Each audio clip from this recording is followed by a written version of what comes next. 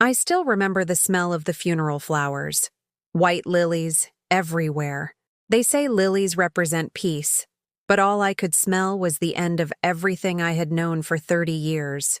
My husband's casket was open in front of me, and I couldn't stop staring at his hands, those hands that had held mine through every storm, every doubt, every moment when the world felt too heavy to carry alone. People walked past me offering condolences that felt hollow, their words floating somewhere above my head where grief had made everything sound distant and strange. I nodded. I smiled weakly. I thanked them for coming. But inside, I was drowning in a silence so profound that even surrounded by dozens of people, I had never felt more alone. And then he approached. My stepson, though I had stopped thinking of him that way years ago. To me, he was simply my son, the boy I had raised since he was 8 years old, the child I had loved even when he made it clear that love was not something he wanted from me. He stood beside me at the casket, and for a moment, I thought perhaps this shared grief might finally bring us together. Perhaps in losing the man we both loved, we could find each other. I was so foolish. He leaned in close, so close that I could feel his breath against my ear, and he whispered words that would shatter what little remained of my heart. "You won't get a cent. You've never deserved it." The room didn't stop. The organ music continued playing softly in the background. People kept moving, kept talking, kept living their lives while mine collapsed inward. No one heard what he said. No one saw the way my hands began to tremble, the way my breath caught in my throat like a small animal trapped and desperate. This was supposed to be a moment of mourning, of honoring the man we had both loved. And instead, it became the moment when I realized I was not considered family. Not really, not where it mattered. I wanted to turn to him and ask what I had done to deserve such cruelty at such a moment. I wanted to remind him of the hundreds of school lunches I had packed, the homework I had helped with late into the night when his father was traveling for work, the birthdays I had celebrated, the scraped knees I had bandaged, the nightmares I had chased away. I wanted to ask him if he remembered any of those moments, if they counted for anything at all, but I said nothing. Because women like me, women who have learned to survive by making ourselves smaller, by accommodating, by always putting others first, we don't make scenes at funerals. We swallow our pain. We smile through our tears. We endure. If you like stories that touch the heart, stories about real life and real struggles, please subscribe to our channel. We're working to reach 1,000 subscribers, and your support means everything. And leave a comment telling me what city you're watching from. I love knowing where my listeners are. The wake lasted 4 hours. 4 hours of standing beside that casket, greeting people who had known my husband through work, through his first marriage, through parts of his life where I didn't exist. Some of them looked at me with sympathy. Others looked at me with questions in their eyes. Who was I, really? The second wife? The woman who came after? The one who wasn't the mother of his child? I had entered this family when my husband's son was 8 years old. His mother had left them both when he was just a baby, walked out one morning and never returned, leaving behind only a note and a child too young to understand abandonment. My husband had raised that boy alone for years before we met, and when I came into their lives, I knew I was stepping into a space that belonged to someone else, someone who had left a ghost that I could never quite replace. I tried so hard. I tried in ways that exhausted me, in ways that made me lose sight of who I was before I became a stepmother. I learned to cook his favorite meals even though they weren't dishes I particularly enjoyed. I attended every school event, every parent-teacher conference, every baseball game where he sat on the bench and never played but still needed someone in the stands cheering for the possibility. I stayed up late helping with science projects and book reports. My own work abandoned so that his could be completed on time, and he hated me for it.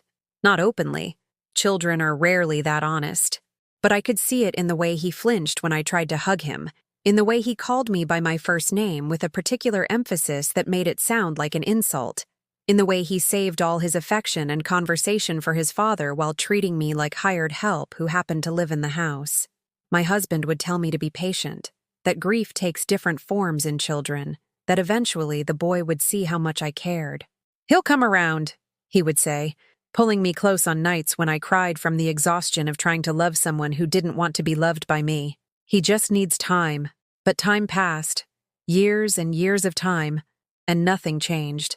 The boy became a teenager, then a young man, and the distance between us only grew wider. He went to college and barely called home. He got married, and I wasn't invited to help plan the wedding. He had a child of his own, and I met my step-grandchild exactly twice before excuses about busy schedules made it clear that my presence wasn't desired. Through it all, my husband remained the bridge between us, the translator of coldness into something more palatable. "He's just focused on his career right now," he would explain when another holiday passed without a visit.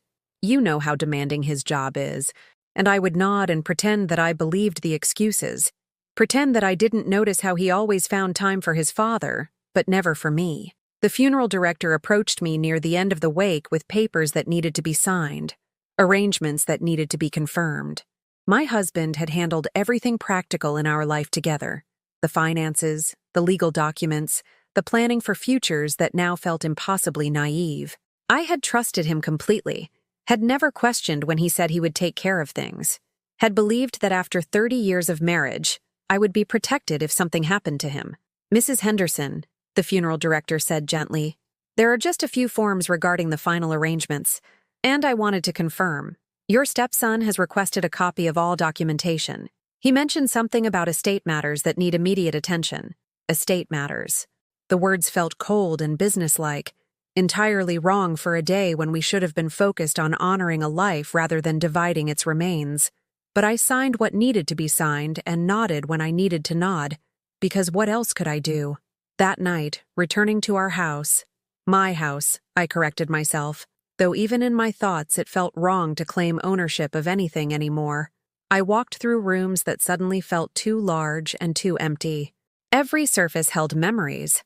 The kitchen table where we had shared thousands of meals, the living room couch where we had watched television with his hand always finding mine, the bedroom where he had died slowly over months of illness that had stolen him piece by piece until only the shell of the man I loved remained.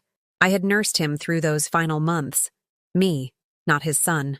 I had been the one who learned how to change IV lines and manage pain medication, who sat through endless doctor appointments and hospital stays, who held his hand through treatments that made him too sick to eat, and nights when pain made sleep impossible. His son had visited exactly 4 times in those final 6 months. Brief visits where he stood awkwardly at the edge of the hospital room as if afraid that death might be contagious. And yet somehow, I was the one who didn't deserve anything. The lawyer's letter arrived 3 days after the funeral. 3 days during which I had barely eaten, barely slept, barely functioned beyond the basic requirements of breathing and existing. I had been sitting at the kitchen table when the mail came, staring at a cup of coffee that had gone cold hours earlier, trying to understand how life could simply continue when everything inside me had stopped. The envelope was thick and official, the kind that demands to be opened immediately, even though you know nothing good ever comes in envelopes like that. My hands shook as I tore it open, and the words on the page seemed to swim before my eyes. Legal terminology that I had to read 3 times before the meaning finally penetrated the fog of grief that surrounded me. Notice of will contest, estate dispute, claim of undue influence. The phrases jumped out at me like accusations, each one a small knife cutting away at what little dignity I had left. My stepson was challenging his father's will. He was claiming that I had manipulated my husband, that I had used my position as his wife to steal what rightfully belonged to his son, that everything we had built together was somehow fraudulent because I had been the second wife, the replacement, the woman who had no legitimate claim to anything. I called the number listed at the bottom of the letter with fingers that could barely hold the phone. A receptionist answered with professional cheerfulness that felt obscene given the circumstances, and after being transferred twice, I finally reached the attorney whose name was on the letterhead.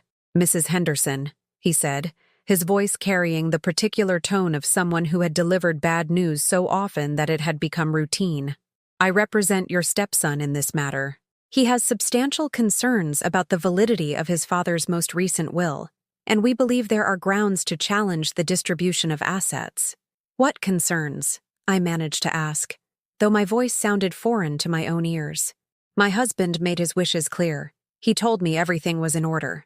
"Your stepson believes that you exercised undue influence over his father during his final illness," the lawyer explained with clinical detachment. He has documentation suggesting that the will was changed during a period when his father's judgment may have been compromised by medication and pain. He's also questioning the validity of certain property transfers that occurred during the marriage. Property transfers. He was talking about our house, the house that I had helped buy with my own savings, the house where I had lived for 27 years, the house where my husband had taken his last breath, the house that suddenly, according to legal documents written in language designed to intimidate and confuse, might not actually be mine at all. I don't understand, I said, and I hated how small my voice sounded, how defeated. This is my home. We bought it together. My name is on the deed. Actually, Mrs. Henderson, that's part of the complication.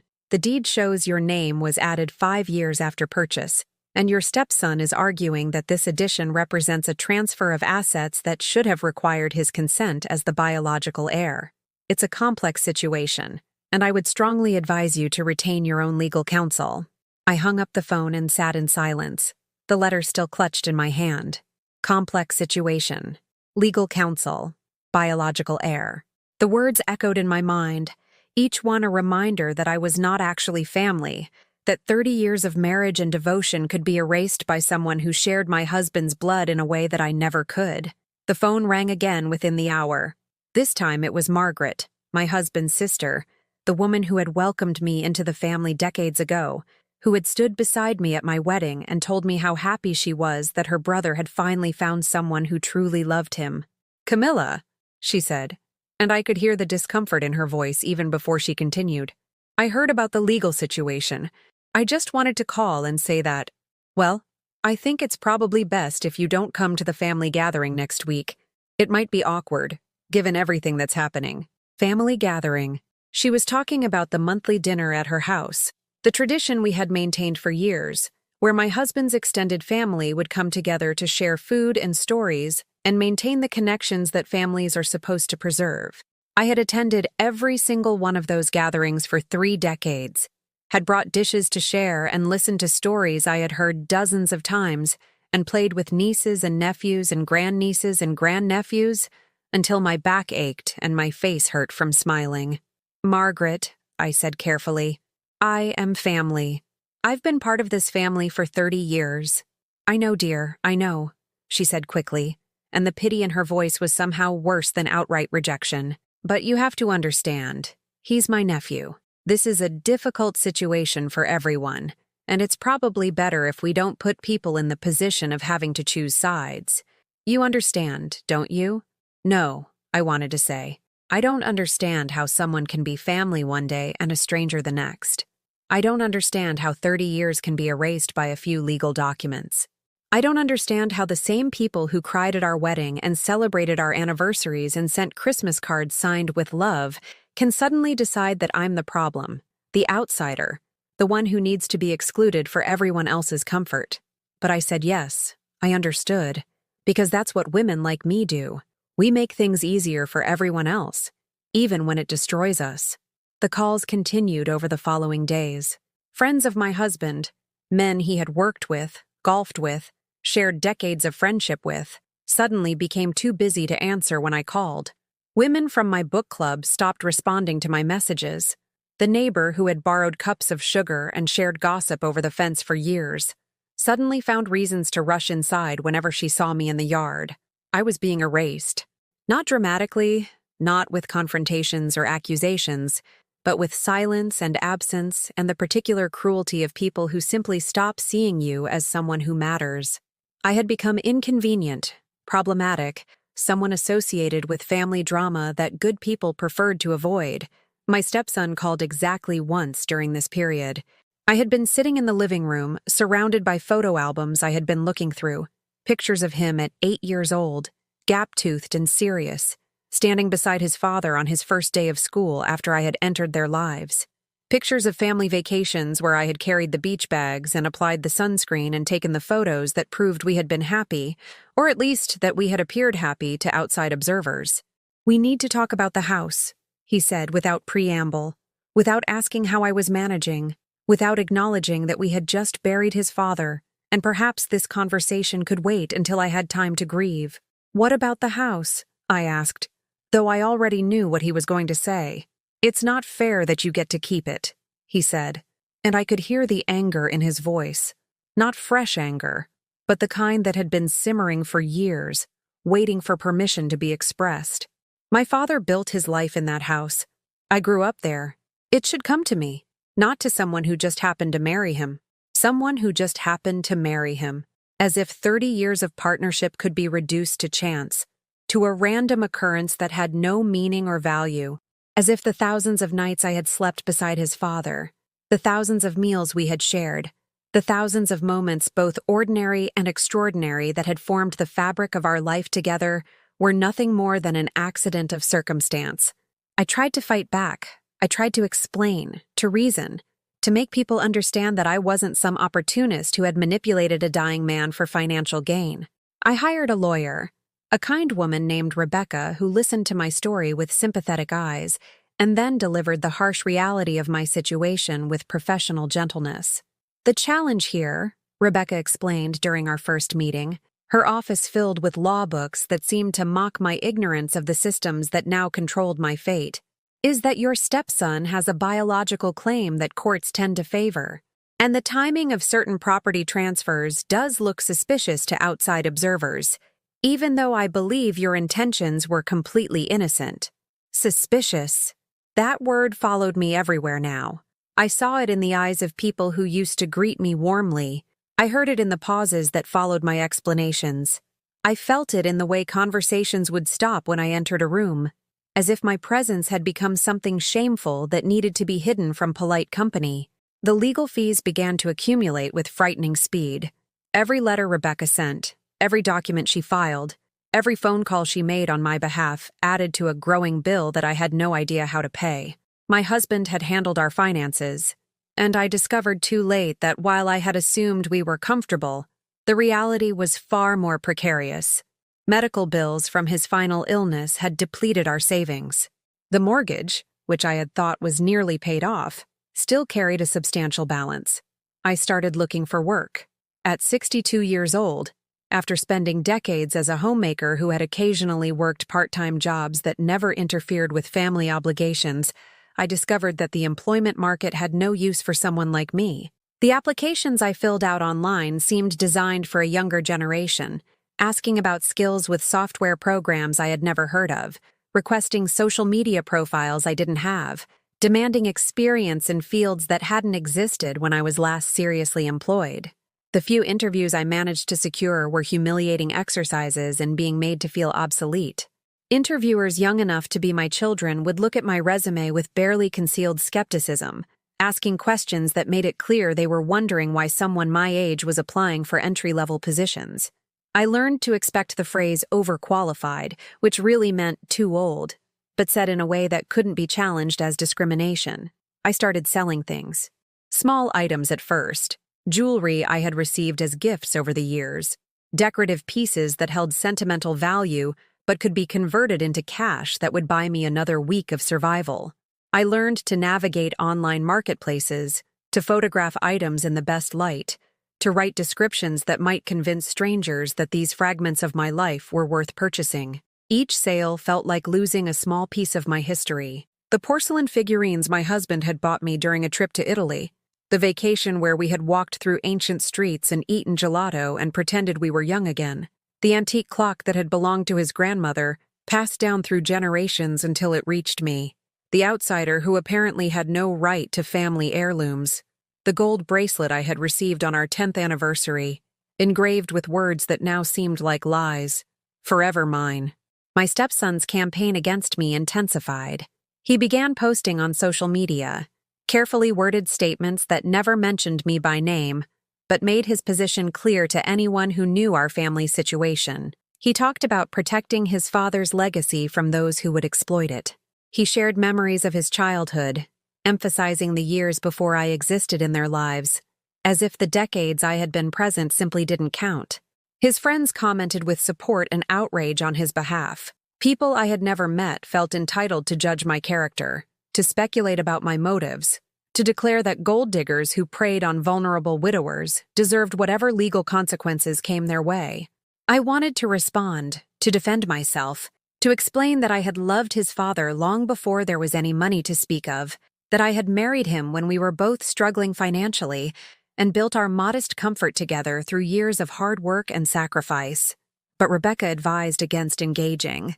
"Anything you say can and will be used against you in court," she warned. "Social media posts, public statements, even private messages can be subpoenaed. The best thing you can do right now is remain silent and let the legal process work."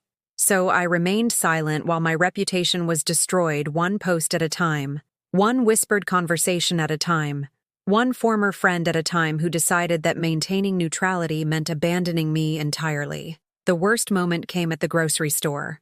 I had been carefully selecting items based purely on price, calculating in my head whether I could afford both bread and milk this week, or if I needed to choose between them.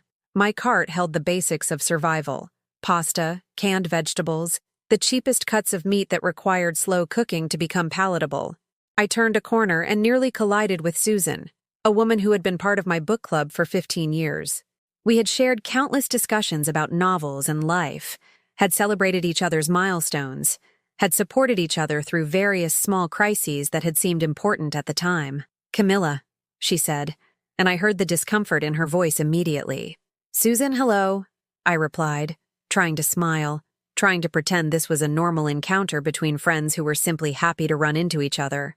She glanced at my cart, and I saw her eyes catalog the cheap brands, the limited quantity, the obvious evidence of financial struggle. Then she looked back at me, and what I saw in her expression was worse than pity. It was embarrassment, as if my poverty was something shameful that she had accidentally witnessed. "I heard about the legal situation," she said quietly. "It must be very difficult." "Yes," I agreed, because what else could I say? "Well, I hope it all works out," she said, already beginning to move past me, already retreating from the uncomfortable reality of my presence. "Take care of yourself." And she was gone, disappearing down another aisle with practiced speed, leaving me standing alone with my cart of budget groceries and the crushing knowledge that I had become someone people wanted to escape from. I abandoned my shopping and left the store, unable to continue pretending that anything about my life was normal. I sat in my car in the parking lot and finally allowed myself to cry, not the quiet, dignified tears I had shed at the funeral, but the ugly, desperate sobs of someone who had reached the absolute limit of what they could endure. The hearing for the will contest was scheduled for 6 weeks from the date of the initial filing. 6 weeks during which I had to somehow survive on dwindling resources while preparing to fight for everything I had left. Rebecca tried to prepare me for what to expect, explaining that my stepson's lawyers would attempt to paint me as a manipulator, a schemer, a woman who had seen an opportunity in a lonely widower and exploited it for financial gain. "They'll bring up the age difference," she warned. My husband had been 8 years older than me, a gap that had seemed insignificant during our marriage, but would now be presented as evidence of predatory behavior. "They'll question the timing of the wedding, implying that you targeted him specifically because of his financial stability." The reality was so different from what they would claim. I had met my husband at a community event, both of us volunteers helping to organize a charity fundraiser. He had been a widower for 5 years at that point, still grieving his first wife's abandonment while trying to raise his son alone. I had been divorced for 3 years, working 2 part-time jobs and living in a small apartment that I could barely afford. We had been friends first, finding comfort in each other's company during an event that brought us together weekly for planning meetings. Our relationship had developed slowly, carefully, both of us cautious about opening our hearts again after previous pain. When he finally asked me to dinner, a real date, not just a planning meeting, he had been nervous and awkward, like a teenager afraid of rejection. I had fallen in love with his kindness, his humor, the way he listened when I talked about my dreams and fears. I had fallen in love with his dedication to his son, even though that dedication came with complications I hadn't fully understood at the time. I had married him because he made me feel safe and valued and loved in ways I had never experienced before. But none of that mattered now. The narrative being constructed in legal documents and public opinion had already decided who I was, and no amount of truth could compete with the story people preferred to believe: the wicked stepmother, the opportunistic second wife, the woman who had stolen a son's inheritance. The nights became unbearable. I would lie awake in the bed I had shared with my husband, staring at the ceiling and replaying every moment of our marriage, searching for the precise instant when everything had gone wrong. Had I been too accommodating? Should I have demanded more respect from his son? Should I have insisted on being more involved in financial decisions instead of trusting my husband to handle everything? The questions circled endlessly, each one leading to another, creating a spiral of self-doubt that threatened to consume whatever remained of my sense of self. I had spent 30 years trying to be the perfect wife, the understanding stepmother, the woman who never caused problems or made demands. And in the end, all that accommodation had left me completely defenseless. I stopped answering the phone. The calls were never good news, just more bills I couldn't pay, more legal updates that chipped away at my hope, more people who had once been friends calling to explain why they couldn't support me anymore. The voicemails accumulated, a digital record of abandonment that I couldn't bring myself to delete, but also couldn't bear to listen to. Food became an afterthought. I would realize at the end of the day that I hadn't eaten anything, that the gnawing emptiness in my stomach had been there for hours without me noticing. When I did eat, it was whatever required the least effort. Crackers from a box, peanut butter straight from the jar, canned soup heated in the microwave and consumed standing at the counter because sitting at the table alone felt too depressing to endure. I lost weight. My clothes hung loose on a frame that had already been diminishing with age, and when I caught sight of my reflection in mirrors, I barely recognized the hollow-eyed woman staring back at me. I looked like someone who had given up, someone who had stopped fighting, someone who was simply waiting for the final blow that would end this prolonged suffering. My stepson filed additional motions. Each new legal document felt like another act of cruelty, another way to remind me that he had resources I didn't have, power I couldn't match, a determination to destroy me that seemed to have no limits. He contested every item in the will.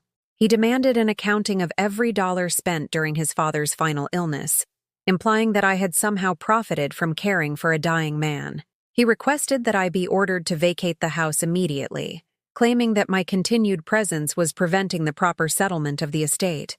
Rebecca fought back as best she could, but I could see the strain in her face during our meetings. She was working on contingency, meaning she would only be paid if we won, and the case was becoming more complicated and expensive with each passing week. I knew she was beginning to doubt whether this fight was worth the time and resources she was investing. "Camilla," she said during one particularly difficult meeting, "I need you to be realistic about your chances here. The law tends to favor blood relatives in estate disputes, especially when there are questions about the deceased's mental capacity during the creation of the will. We have a fight ahead of us, and I need to know that you're prepared for the possibility that we might not win everything you're hoping for." Not win everything. She meant I might lose my home. I might end up with nothing except the clothes I could pack in a suitcase and whatever savings I could scrape together from selling the last remaining items of value in my possession. "What are my options?" I asked, though I wasn't sure I wanted to hear the answer. "We could try to negotiate a settlement," Rebecca suggested carefully. "Perhaps agree to sell the house and split the proceeds, or accept a smaller portion of the estate in exchange for him dropping the contest. It would mean giving up some of what your husband intended for you, but it would also mean ending this battle before it completely bankrupts both of you. Settle. Compromise. Give him what he wanted in exchange for being allowed to walk away with whatever scraps he was willing to leave me." The suggestion made practical sense, but something inside me recoiled at the idea of rewarding his cruelty, of validating his belief that I had never deserved to be part of his family. Before I could respond, Rebecca continued, "There's something else you should know. Your stepson has been contacting potential witnesses, people who knew you and your husband. He's building a case that you isolated his father from family, that you controlled who he could see and talk to, that you systematically worked to turn him against his son." The accusation was so absurd, so completely opposite of reality, that I almost laughed. I had been the one encouraging my husband to call his son, to send birthday cards and Christmas gifts that were rarely acknowledged, to keep reaching out even when those efforts were met with silence or minimal response. I had been the one suggesting family gatherings, trying to create opportunities for father and son to connect, doing everything I could to facilitate a relationship that his son had seemed determined to avoid. But of course, none of that mattered. He was rewriting history, creating a narrative where I was the villain who had poisoned his relationship with his father, and apparently, he had found people willing to support that version of events. Who? I asked. Who would say such things? Rebecca consulted her notes. Margaret, for one, your late husband's sister. She's prepared to testify that family gatherings became less frequent after you married her brother, and that you often made excuses for why he couldn't attend family events. Margaret, the woman who had hugged me at my wedding and told me I was the sister she had always wanted. The woman who was now willing to stand in court and lie about me to support her nephew's claims. The betrayal felt almost physical, like something had reached inside my chest and twisted. I had loved Margaret. I had trusted her. I had considered her not just family but a genuine friend, and she was going to help destroy me. There are others, Rebecca continued gently. Neighbors who will testify that they rarely saw your stepson visiting toward the end. Friends of your husband who will say he seemed different after he married you. Quieter, less social. Different, quieter. Of course he had been different. He had been aging. He had been dealing with health problems that made social activities more difficult. He had been grieving the gradual loss of physical abilities that aging inevitably brings. None of that had anything to do with me, but it would all be twisted to fit the narrative that painted me as a controlling manipulator. I left Rebecca's office feeling more hopeless than I had since the day my husband died. The world seemed determined to punish me for the crime of having loved someone, for having built a life with someone who had a son that never accepted me. Every step I took felt heavy, as if gravity itself had increased, as if the very air was trying to push me down into the ground where people apparently thought I belonged. I drove home slowly, taking side streets instead of the highway, postponing the moment when I would have to enter the empty house and face another evening of silence and memories and despair. When I finally pulled into the driveway, I sat in the car for a long time, staring at the house that might soon belong to someone else, trying to memorize every detail before it was taken from me. The garden my husband and I had planted together needed weeding. The paint on the front door was beginning to peel. The mailbox hung slightly crooked after a storm last month. These small imperfections somehow made the house more precious, evidence of a life lived rather than just a property to be divided among people who saw it only as an asset with monetary value. Inside, the silence felt heavier than usual. I moved through the rooms like a ghost, touching furniture that held memories I would soon have to abandon, looking at walls where photographs had hung before I had packed them away, because seeing my husband's face had become too painful to bear. I found myself in my husband's study, a room I had avoided since his death because it still smelled faintly of his cologne, and the leather-bound books he had collected over decades. His desk sat exactly as he had left it, papers still scattered across the surface, pens still in the holder he had made himself from wood during a weekend carpentry project years ago. I sat in his chair and let my hands rest on the armrests where his hands had rested so many times. I closed my eyes and tried to feel his presence, tried to ask him what I was supposed to do now, how I was supposed to survive this systematic destruction of everything we had built together.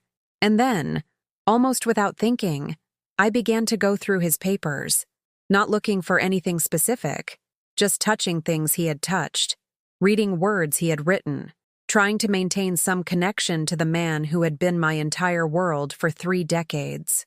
I found the usual things first: bills, receipts, notes about household repairs that needed to be made.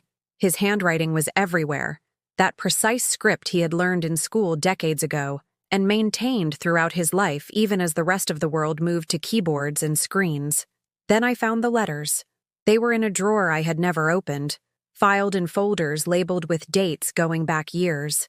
Letters he had written but never sent, or perhaps had sent and then kept copies of. Letters to his son, pages and pages of them, spanning the entire length of our marriage.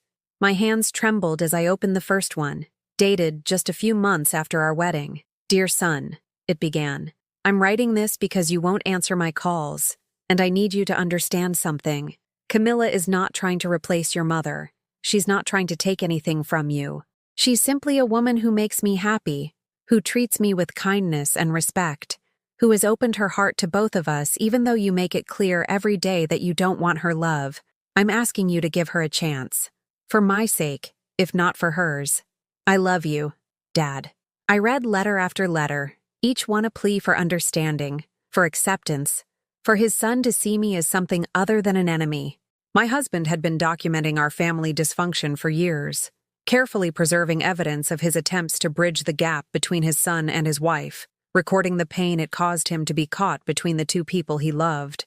There were letters from more recent years, too, written during his illness, his handwriting becoming shakier as his strength failed, but his message remaining consistent. He had been trying until the very end to make his son understand that I was not the villain in this story, that I had been nothing but devoted to both of them. She sits with me through every treatment, one letter read, dated just 3 months before his death. She holds my hand when the pain gets bad. She researches new medications and alternative treatments. She cries in the bathroom where she thinks I can't hear her because she's trying to be strong for me. This is not the behavior of someone who married me for money. This is the behavior of someone who genuinely loves me. I wish you could see that. I wish you could see her the way I do. I wept as I read them, tears falling onto pages that had been written by hands that would never write anything again. These letters were evidence, not just legal evidence, though they were certainly that, but evidence that my husband had seen me, had valued me, had understood exactly who I was and what I had given to our marriage. But there was something more. Tucked into the back of the last folder, I found a document dated just weeks before his death. It was handwritten, witnessed by 2 people whose signatures I recognized, his personal physician and a nurse who had cared for him during his final hospital stay. To whom it may concern, it began. I, Robert Henderson, being of sound mind and body, despite my physical illness, do hereby state my final wishes regarding my estate and the care of my wife, Camilla Henderson. I have been made aware that my son may contest my will upon my death. I want it clearly understood that any and all provisions I have made for Camilla were made with full mental capacity and without any coercion or undue influence. She has been the most devoted partner anyone could ask for, and she deserves every protection I can provide. The letter continued for 3 pages, methodically addressing every argument his son might make, refuting them with specific examples and clear statements of intent. It was like receiving a message from beyond the grave, my husband's voice reaching across death to defend me one final time. I sat at his desk until darkness fell outside, reading and rereading these documents, feeling something shift inside me. The grief was still there. It would always be there. But beneath it, something else was awakening. Not anger exactly, though there was certainly that. Something quieter but more powerful. Determination. My husband had fought for me, even knowing he was dying, even struggling with pain and medication and the gradual dissolution of his physical body. He had taken the time to protect me. He had documented everything, had created a paper trail that told the truth about our marriage, had made his intentions crystal clear. I would not dishonor that effort by giving up now. The next morning, I called Rebecca with a steadiness in my voice that surprised both of us. I found something, I said. Letters, documents, evidence that my husband was completely competent and that his will reflected his genuine wishes. Can we use them? I heard the change in her tone immediately, the shift from sympathetic resignation to professional focus. Tell me everything you found. I spent the next hour describing the contents of the folders, reading portions of letters over the phone, explaining the dates and contexts. Rebecca asked pointed questions, making notes I could hear her typing in the background. Camilla, she said when I finished, this changes things. Significantly. These letters establish a pattern of your husband's thinking over many years. They document his relationship with his son, his awareness of the family dynamics, his competence and clarity of thought. And that final letter, witnessed by medical professionals, is exactly the kind of evidence we need to counter claims of undue influence. For the first time in weeks, I felt something resembling hope. We need to be strategic about how we present this, Rebecca continued. We don't want to reveal everything we have all at once. Let his lawyers make their arguments first, let them commit to their narrative, and then we'll dismantle it piece by piece with evidence they don't know we have. Over the following days, I continued searching through my husband's papers with new purpose. I found bank statements showing that I had contributed financially to our household throughout our marriage, disproving any claim that I had been dependent on his income. I found cards and notes I had written to him over the years, expressions of love that had nothing to do with money or material concerns. I found photographs of us together at charity events, volunteering at community organizations, living the kind of life that didn't match the gold digger narrative his son was trying to construct. But more than physical evidence, I found my voice again. For weeks, I had allowed myself to be silenced by shame and grief and the overwhelming sense that I was powerless against the systems arrayed against me. But reading my husband's words, understanding how hard he had fought to protect me, gave me permission to fight for myself. I started responding to the social media posts, not defensively, but with quiet dignity. When my stepson posted about protecting his father's legacy, I posted a photo of his father and me volunteering at a food bank, with a simple caption, "Robert believed in helping others. That was his legacy." When people made assumptions about my character, I didn't argue or explain. I simply lived my life visibly, posting about job interviews and volunteer work, and the ordinary activities of someone trying to rebuild after loss. I refused to hide as if I had something to be ashamed of. Friends who had abandoned me began to reach out tentatively, seeing a different version of the story than the one they had been told. Some of them apologized. Others simply started including me again in their lives, as if the weeks of abandonment had never happened. I accepted both responses with the same quiet grace, understanding that people are complicated and fear makes cowards of us all. But I also learned something important during this period. I didn't need their validation to know my worth. My husband had known it. I knew it. And that would have to be enough.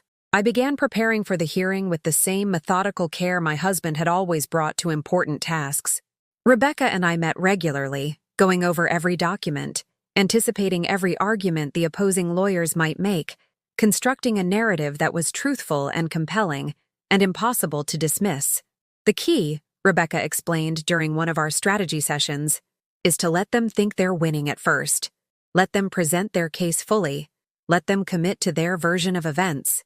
Then we'll introduce the letters, the witnesses, the documentation that shows a completely different picture. I also did something else. I started recording my own memories, writing down every significant moment of my marriage, every act of devotion, every sacrifice made and gift given. Not for legal purposes, but for myself. I needed to remember that my life had been real, that the love I had experienced hadn't been a delusion, that 30 years of partnership meant something regardless of what a courtroom decided. The week before the hearing, my stepson made one final attempt to intimidate me into settling. He showed up at the house, my house, the home I had lived in for nearly 3 decades, with a real estate agent, claiming he had the right to have the property appraised in preparation for its sale. I met him at the door, and for the first time since the funeral, I looked him directly in the eyes without flinching. "This is still my home," I said quietly. "You don't have the legal right to enter without my permission, and I'm not granting it. If you need an appraisal, your lawyer can arrange it through proper channels." Something flickered in his expression.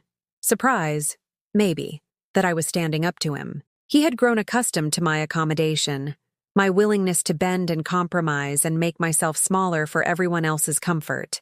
This version of me, the one who had found her spine buried beneath years of grief and self-doubt, was unfamiliar to him. "You're only making this harder on yourself," he said, his voice carrying a threat that might have frightened me weeks earlier. "The house is going to be sold.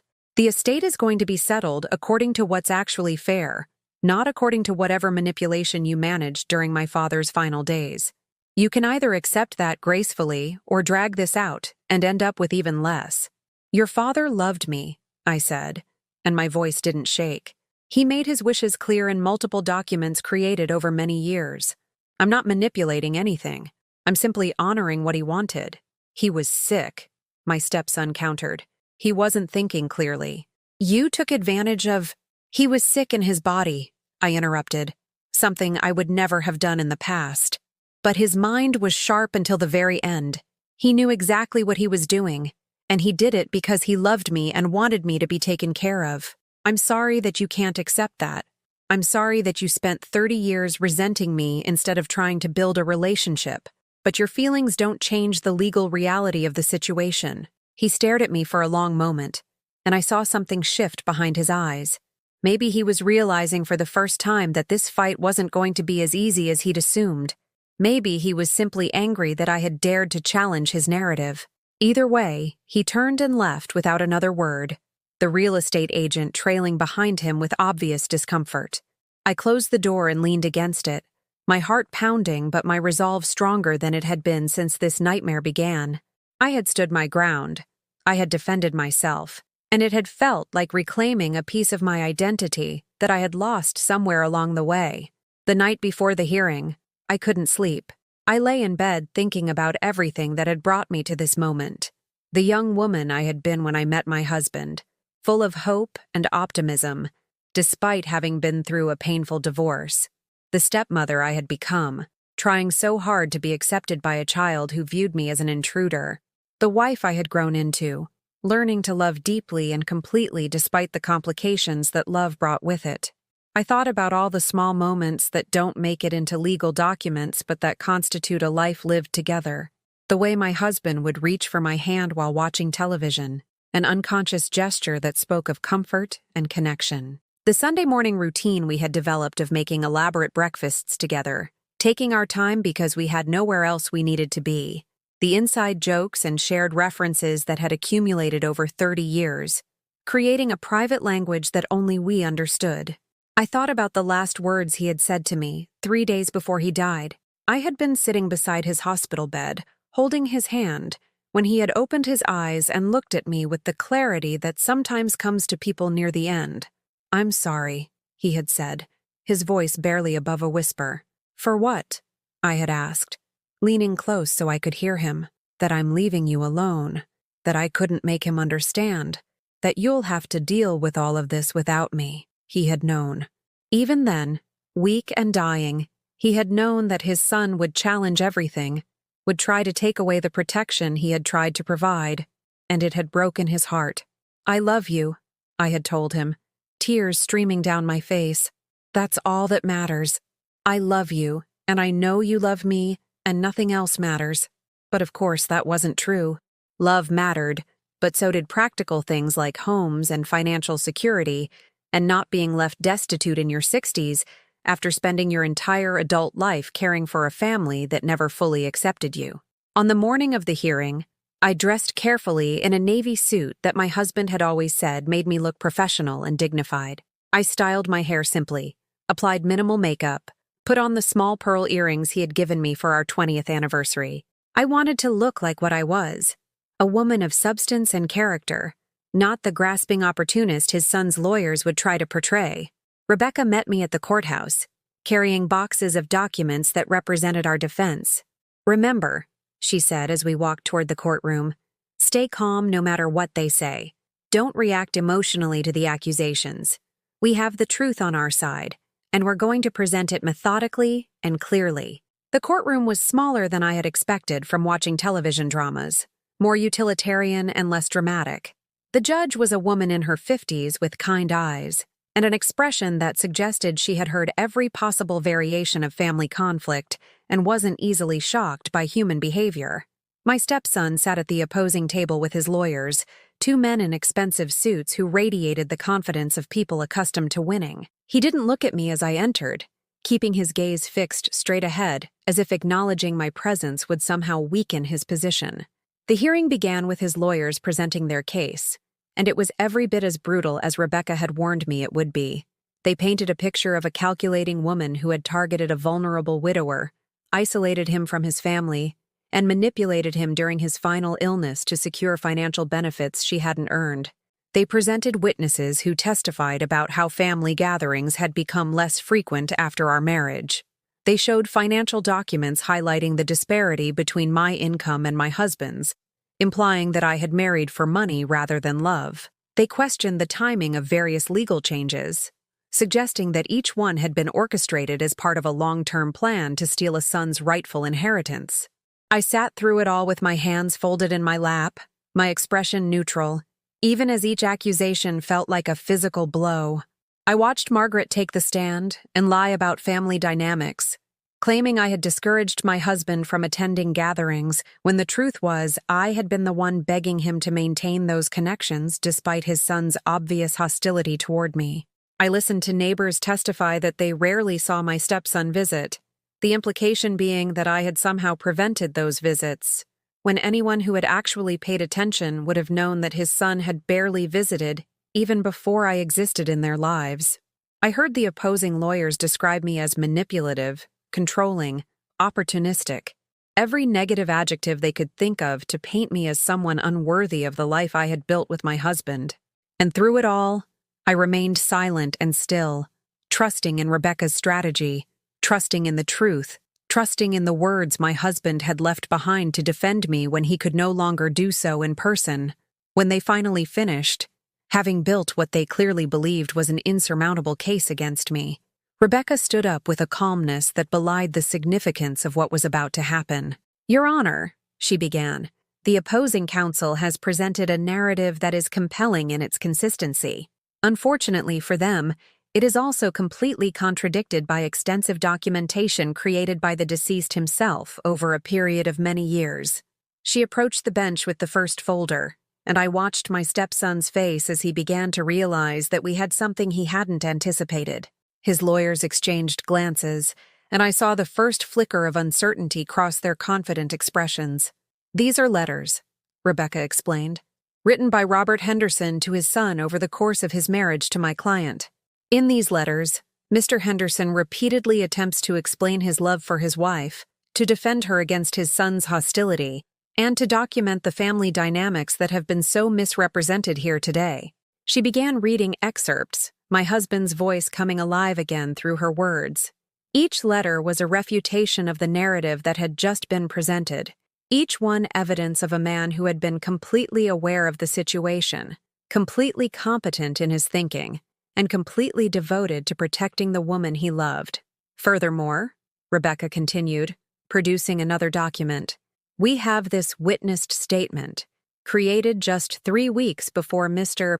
Henderson's death, in which he specifically addresses the likelihood of a will contest. This document was witnessed by his personal physician and a registered nurse, both of whom will testify, if necessary, that he was completely lucid and competent when he dictated it." She read the entire statement aloud, and I watched the judge's expression shift from neutral interest to something more engaged.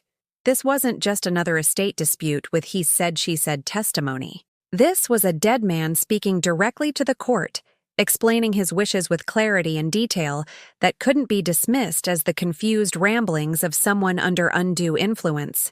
"The letter explicitly addresses each argument that has been raised here today," Rebecca pointed out.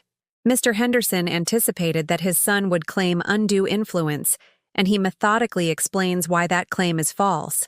He anticipated questions about timing, about isolation from family, about his mental competence, and he answered every single one of them." My stepson's lawyer stood up to object, but the judge waved him silent. "I want to hear this." Rebecca continued presenting evidence. Bank statements showing my financial contributions to the household, photographs and documents establishing my involvement in community activities that contradicted any claim of isolation, testimony from my husband's medical team about his mental clarity even during his final illness. Then she called witnesses of our own. The nurse who had cared for my husband during his final weeks, who testified about my constant presence, my devoted care, and his explicit statements about wanting to ensure I was protected after his death. The physician who had treated him for years, who testified that my husband had discussed his will multiple times, always with complete clarity about his wishes and his reasons for them. Friends who had actually spent time with us as a couple, who testified about the genuine affection between us, the shared interests and mutual respect that characterized our marriage. And finally, Rebecca presented something I hadn't known she had obtained: recordings. "Your Honor," she said, "during Mr. Henderson's final hospital stay, he asked the nursing staff to record several messages for his wife. These were meant to be private, expressions of love for her to have after his death. However, they also constitute powerful evidence of his state of mind and his feelings about his marriage." The judge allowed the recordings to be played, And suddenly my husband's voice filled the courtroom, not read by someone else, not paraphrased or summarized, but actually him, speaking directly. "Camilla," his voice said, weak but clear, "if you're hearing this, then I'm gone, and I'm so sorry I had to leave you. I want you to know that every day with you was a gift. You made me happier than I ever thought possible after losing my first wife. You took on a difficult role as stepmother to a boy who never made it easy for you, and you did it with grace and patience that I didn't always deserve." I felt tears sliding down my face, but I didn't bother to wipe them away. Let them see. Let everyone in this courtroom see what real love looked like. "I know my son will probably contest my will," my husband's recorded voice continued. "I know he's never understood what you mean to me, what you've given to our life together. But I need you to fight for what I've left you. You earned every bit of it through 30 years of devotion. Don't let anyone tell you different. Don't let anyone make you feel like you don't deserve to be taken care of now that I can't do it myself." There was a pause in the recording, and I could hear the ragged quality of his breathing, the effort it took him to continue speaking. "I love you, Camilla. I've loved you from the moment you laughed at that terrible joke I made at the charity event where we met. I've loved you through every day of our marriage, and I'll love you beyond death, beyond whatever legal battles might come, beyond anything that tries to diminish what we had together. You are my wife, you are my partner, and you deserve everything I've worked for in this life." The recording ended, and the courtroom was completely silent. I looked across at my stepson and saw that his face had gone pale. Whatever he had expected from this hearing, it wasn't this. His father's own voice, speaking from beyond the grave to defend the woman he loved and refute his son's claims. The judge looked at the opposing counsel. "Do you have anything that addresses this evidence?" The lead lawyer stood up slowly, and I could see that the confidence had drained from his posture.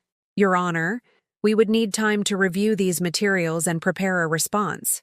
"Of course," the judge said, "but I'll be honest with you. This is some of the most compelling evidence I've seen in an estate dispute.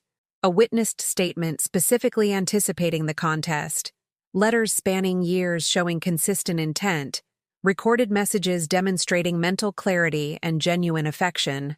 You're going to need more than speculation about undue influence to overcome this documentation." She looked at my stepson directly. "Sir, I understand that losing a parent is difficult. I understand that family dynamics can be complicated. But from what I've seen here today, your father was a competent adult who made clear, consistent decisions about how he wanted his estate distributed. He left detailed explanations for those decisions. He took extraordinary steps to ensure his wishes would be honored even after his death. Unless you have concrete evidence, not speculation, not hurt feelings, but actual evidence, that your stepmother manipulated or coerced him, I'm inclined to uphold his will as written." My stepson's lawyers requested a recess to consult with their client, and the judge granted it. We all stood as she left the courtroom, and then there was a flurry of activity as the opposing side gathered in a corner for an urgent discussion. Rebecca touched my arm gently. "How are you holding up?" "I don't know," I admitted. Hearing his voice again, I couldn't finish the sentence, couldn't explain how it had felt to have my husband present in that courtroom, defending me one final time. "You did well," Rebecca said. "You stayed composed even when they were tearing you apart. And now they're seeing the truth, that this wasn't about manipulation or money. This was about a man who loved his wife and wanted to take care of her." We waited for nearly an hour before the opposing lawyers approached Rebecca for a private discussion. I watched from across the room as they spoke in low voices, saw Rebecca's expression remain neutral, but something shift in her body language that suggested the conversation was going in our favor. When Rebecca returned to our table, she had the slightest smile on her face. "They want to settle," she said quietly. "They're willing to drop the contest entirely and accept the will as written." I felt something release in my chest, a pressure I hadn't realized I'd been carrying. "What changed their minds?" "Reality," Rebecca said simply. "They realize they can't win. The evidence is too strong, the documentation too thorough. Your husband made it impossible for them to succeed, and they know it. They're cutting their losses before this costs them even more in legal fees." The formal settlement was reached within the week. My stepson dropped all challenges to the will, and in exchange, I agreed not to pursue legal fees or damages for the stress and humiliation he had put me through. It wasn't perfect justice. He would never apologize, never acknowledge the pain he had caused. But it was enough. The house remained mine. The savings my husband had set aside for me remained mine. Everything he had worked to protect stayed exactly as he had intended it. But more than the material things, I had something else.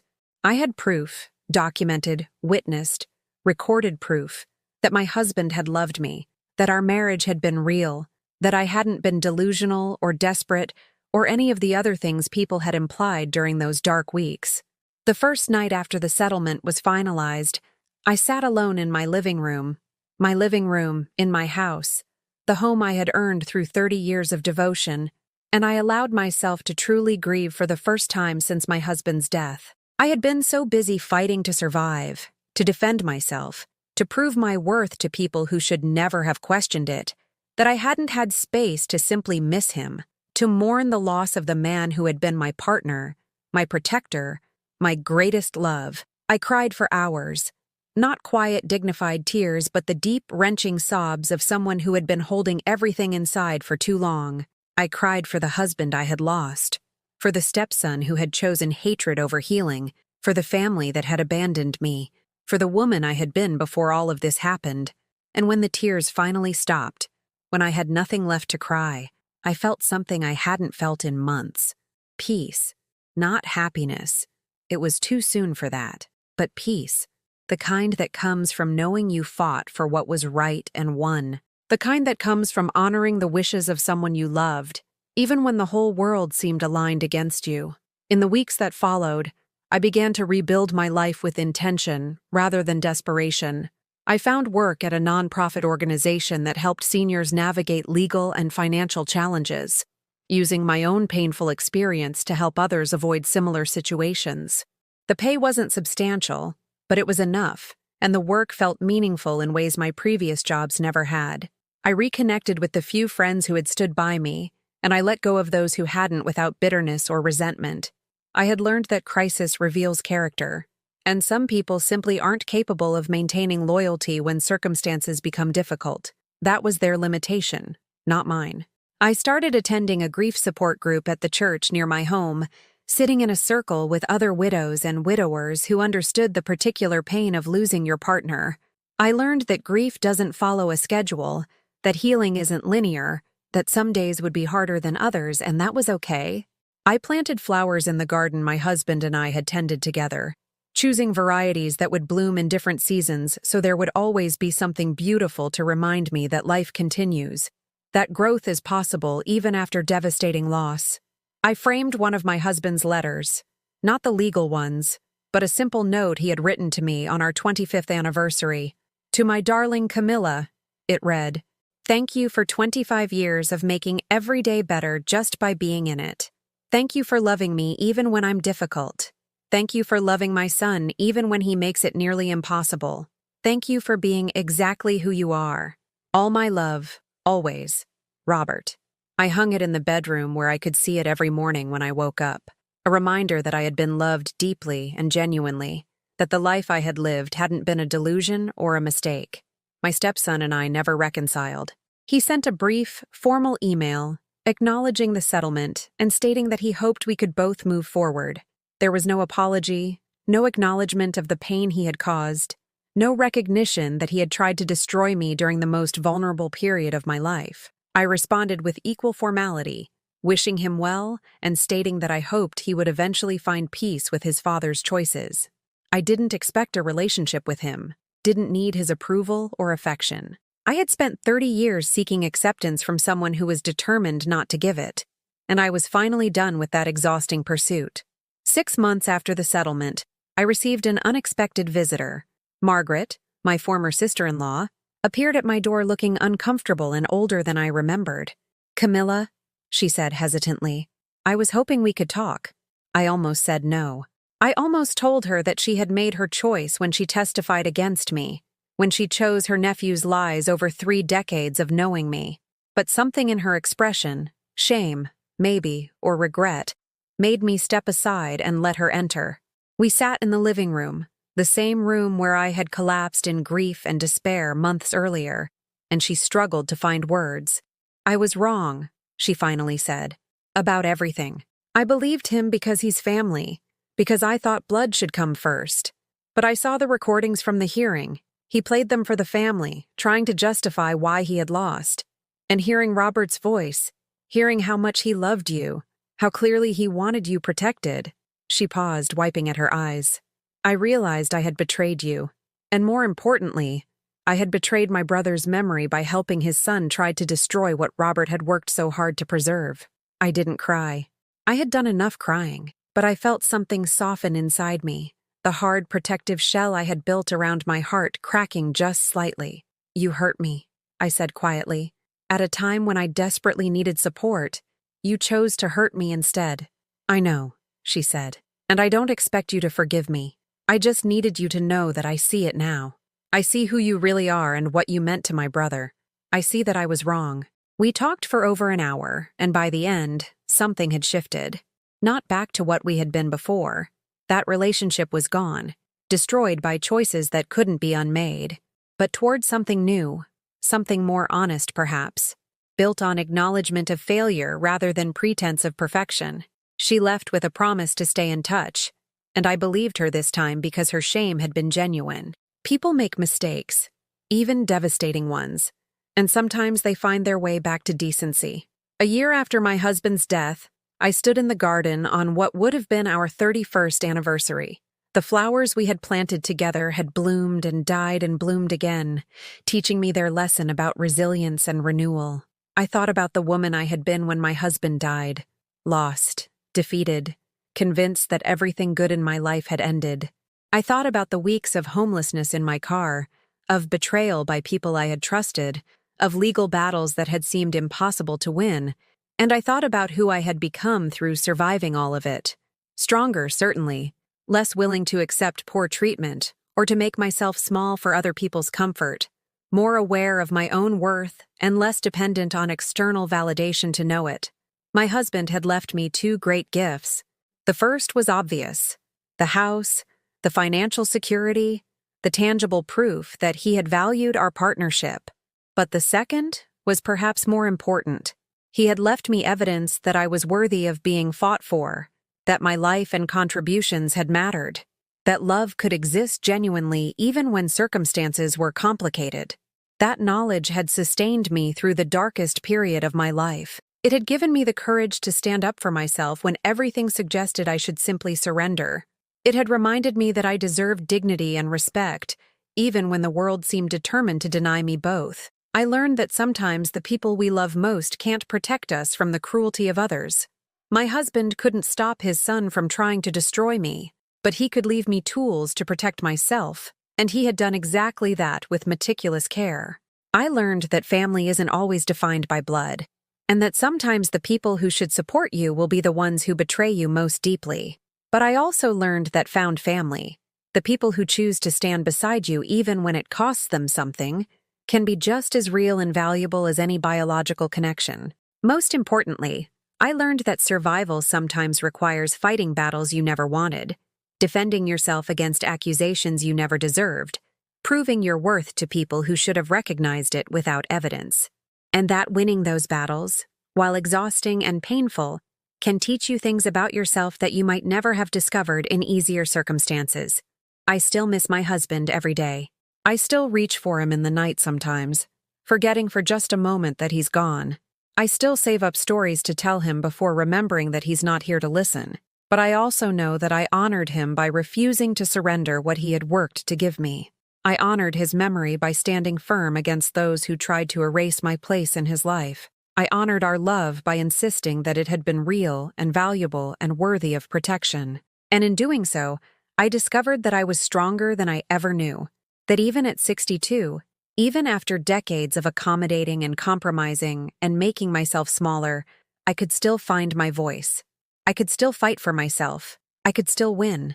If you've stayed with me through this entire story, if you've listened to every moment of pain and struggle and eventual triumph, thank you. Thank you for bearing witness to my story, for understanding that justice sometimes takes time but is worth fighting for. My husband once told me that the best revenge is living well. He was right. I'm still here, in our home, living the life he wanted for me. That's my victory. That's my justice. And if you're facing your own battle right now, if someone is trying to tell you that you don't deserve what you've earned, or that your life doesn't matter, I want you to remember something. You are stronger than you think. You are worthy of fighting for. And sometimes, when everything seems darkest, that's when you discover what you're truly capable of. Don't give up. Stand firm. Your story isn't over yet.